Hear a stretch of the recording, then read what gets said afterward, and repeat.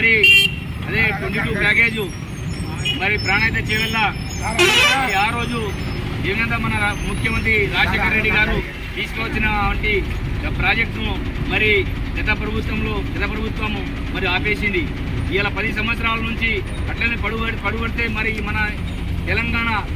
రాష్ట్రంలో ముఖ్యమంత్రి వర్యులు మరియు మన రాష్ట్ర ప్రభుత్వ సభ్యులు షబ్బీర్ అలీ గారు మరి దాన్ని దృష్టి తీసుకొని మరి నేను నా పూర్తి శ్వాస ఉండే వరకు ఈ ప్రాణాయిత చేవెళ్ళ ఈ కామారెడ్డికి కావాలనే ఉద్దేశంతో మన రాష్ట్ర ప్రభుత్వ సభ్యులు షబ్బీర్ అలీ గారు దాన్ని ఆచితూచి పనిచేసి మరి 23,000 కోట్లతోని మరి ఇలా ప్రభుత్వం కూడా వస్తుందంటే మన కామారెడ్డికి చాలా గౌరవకరమైన విషయం గురించి చెప్తా ఉన్నాం మాజీ మండలి తరఫున. మరి ఈ విషయం నుంచి వాసిమాజీ కాదు,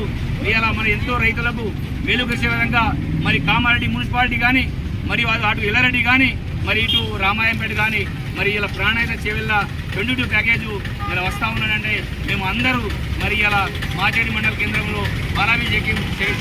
చేయడం జరిగింది. మన కామారెడ్డి తరఫున మరి ప్రభుత్వ సలహా షబ్బీర్ అలీ గారికి ప్రత్యేక ధన్యవాదాలు తెలియజేస్తా ఉన్నాం. మరి అంతేకాకుండా మరి ఈరోజు ఇలా గత ప్రభుత్వం మరి ఇలా రోడ్లు హైడ్ చేసి మాచేడి గజన తండలో మరి డ్రైనేజ్ లేకుండా ఇస్తే మరి 3 నుంచి 4 సుమారు 4-5 కోట్లు ఇలా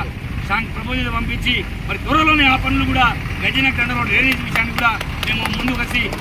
మన ప్రభుత్వం చేస్తా ఉన్నాం. మరి మాచేడి మండలి తరఫున మరి మా షబ్బీర్ అలీ గారికి ముఖ్యమంత్రి రేవంత్ రెడ్డి గారికి ప్రత్యేక ధన్యవాదాలు తెలియజేస్తూ మరి జై కాంగ్రెస్, జై కాంగ్రెస్, షబ్బీర్ అలీ గారి నాయకత్వం, రేవంత్ రెడ్డి గారి నాయకత్వం.